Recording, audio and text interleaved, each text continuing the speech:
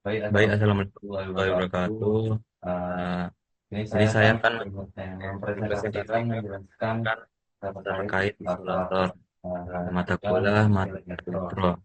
Dengan saya sendiri yang mempresentasikan Muhammad Afif Al-Fatah dengan 2405100120. Rekan saya sendiri. Dan saya Raffi Chandra Putra Pratama dengan NIM 2405100121.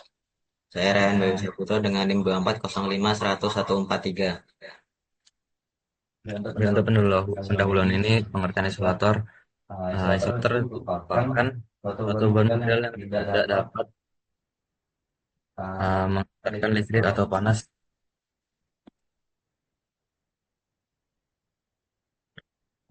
dengan baik. Isolator digunakan untuk mencegah aliran listrik atau panas berpindah dari satu tempat ke tempat lainnya. Karakteristik utama isolator sendiri adalah resistansinya yang sangat tinggi sehingga elektron bergerak melalui material tersebut. Untuk bahan-bahan itu pertama kaca, keramik, minyak trafo, dan hidrogen.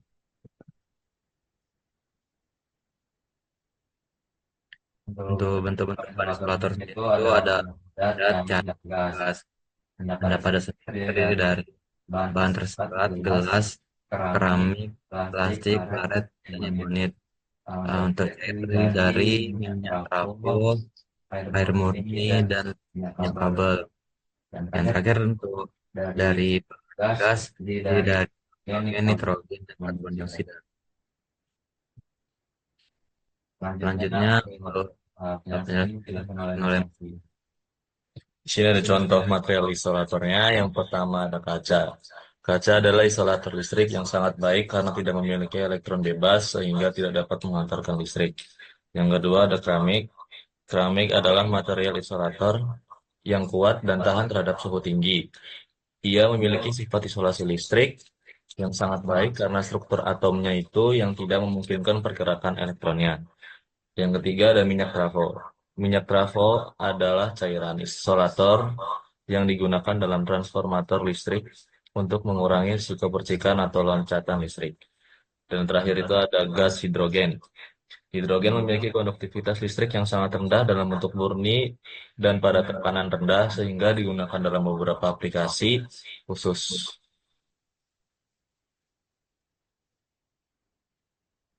Kemudian untuk visualisasi fisik material, yang pertama adalah kaca, transparan atau buram, permukaan halus biasanya berbentuk lembaran atau blok padat.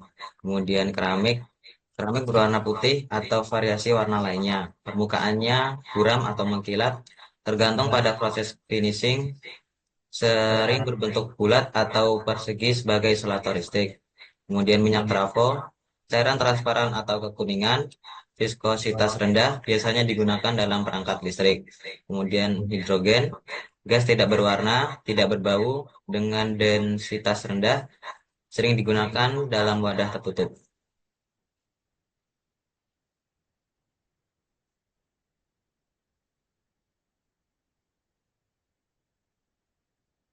untuk manfaat dan tujuan material tersebut dibuat itu pertama dari minyak trafo sebagai isolator cair dan pendingin dalam transformator listrik. Eh, Keramik biasanya dipakai pada transformator listrik dan elektronik karena tekanannya dan terhadap suhu. Untuk hidrogen digunakan sebagai pendingin pada generator karena produktivitas termal yang tinggi dan densitas rendah. Terakhir untuk kaca sendiri digunakan sebagai bahan dalam plastik dan optik. Aliran jelaskan seperti ini. Sifat material bahannya, yang pertama adalah sifat fisik, tidak mengantarkan listrik, tahan terhadap suhu tinggi, itu tergantung jenis materialnya, dan umumnya tidak korosif. Yang kedua itu ada sifat mekanik, memiliki kekuatan tekan yang baik untuk material padat, stabilitas cairan pada minyak trafo, serta ringan dalam bentuk gas seperti hidrogen. Sifat kimianya stabil secara kimiawi dalam kondisi tertentu, tahan terhadap reaksi kimia yang dapat mengurangi efisiensinya. Dan terakhir ada sifat termal. Konduktivitas termal rendah, terutama untuk kaca dan keramik. Sedangkan hidrogen memiliki konduktivitas termal tinggi.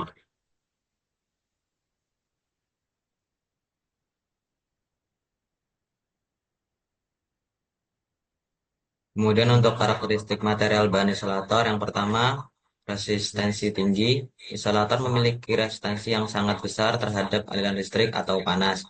Kemudian konduktivitas rendah. Memiliki kemampuan konduksi yang rendah untuk energi seperti listrik, panas, atau suara.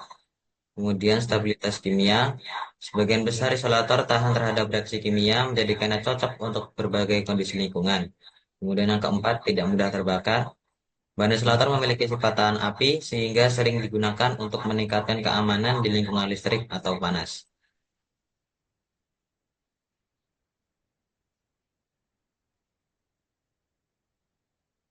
Kemudian kelebihan material isolator. Yang pertama kaca tahan suhu tinggi, transparan, dan korosi. Keramik panas, tidak mudah terdegradasi. Tuhumnya rapuh, stabil, selalu percaya kondisi. Dan terakhir, hidrogen konduktivitas, konduktivitas thermal tinggi dengan efisien untuk pendingin.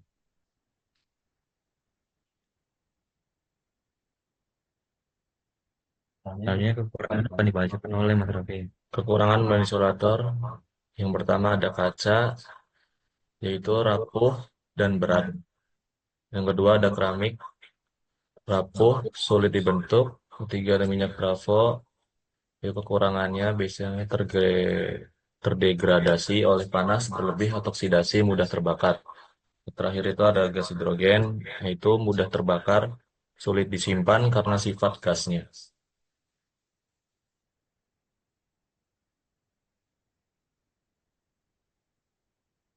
Baik, selanjutnya untuk data teknis akan dijelaskan oleh Rehan Bayu. Jadi untuk dari data teknis yang sudah ada di layar bahwa dapat disimpulkan kaca dan keramik cocok untuk lingkungan bersuhu tinggi dan isolasi listrik. Kemudian minyak trafo itu ideal untuk aplikasi listrik dengan kebutuhan pendingin. Kemudian hidrogen digunakan sebagai isolator gas di sistem tertutup karena sifat termalnya yang rendah.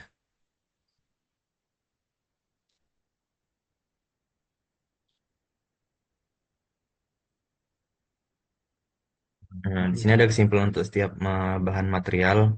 Pertama itu kaca, cocok digunakan sebagai isolator listrik dan panas pada aplikasi bersuhu tinggi seperti peralatan elektronik dan industri yang bisa digunakan karena memiliki resistivitas listrik tinggi dan tahan hingga suhu 700 Celcius. Kemudian keramik. Itu merupakan isolator unggul dengan Ini udah bayar.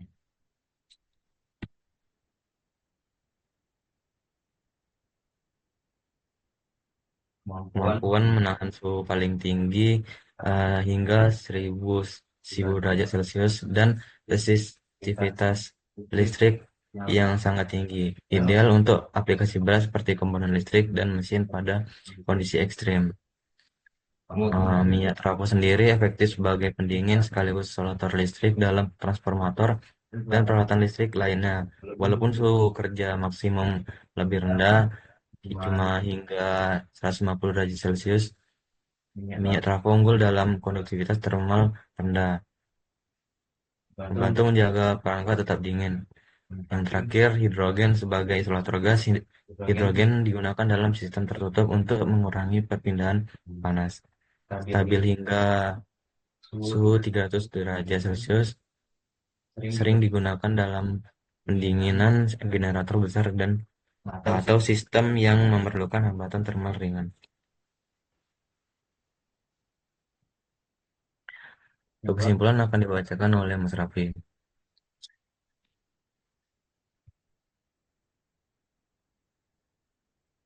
Kesimpulannya, isolator merupakan elemen vital dalam berbagai aplikasi baik di bidang kelistrikan maupun industri lainnya. Setiap jenis isolator memiliki karakteristik unik yang harus diperhatikan agar sesuai dengan kebutuhan. Dengan memahami sifat-sifatnya, kita dapat memanfaatkan isolator secara optimal untuk keamanan dan efisiensi sistem.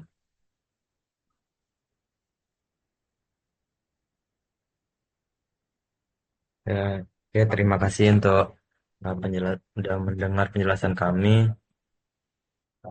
Sekarang jika ada yang mau bertanya, silakan bertanya. Izin masuk, Mas. Mau bertanya? Ya boleh Mas Gri, silakan.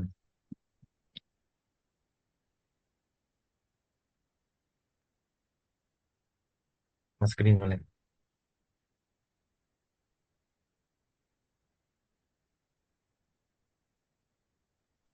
Izin masuk, Mas. Mau bertanya? Silakan. Sebelumnya, perkenalkan nama saya Pravet Grevian Valeri Salvadoli dengan NIM 2405 100 130. Di sini saya mau bertanya, eh, apa perbedaan utama antara isolator cair dan isolator padat? Terima kasih, Mas. Baik, terima kasih Mas Gri untuk pertanyaannya. Akan kami tampung dahulu.